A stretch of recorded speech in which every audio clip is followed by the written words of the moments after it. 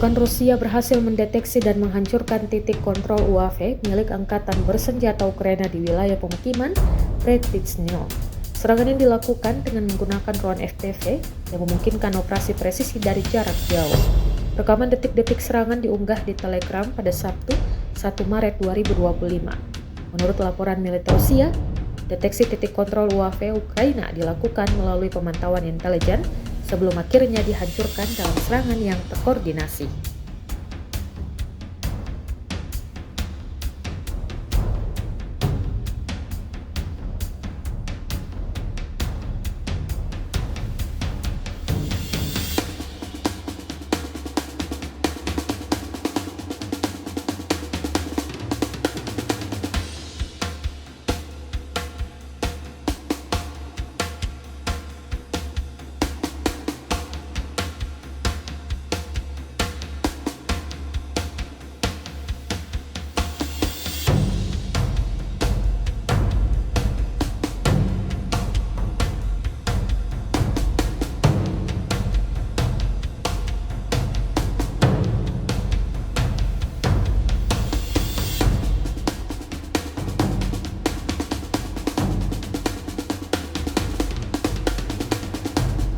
Download Tribun X sekarang, menghadirkan lokal menjadi Indonesia.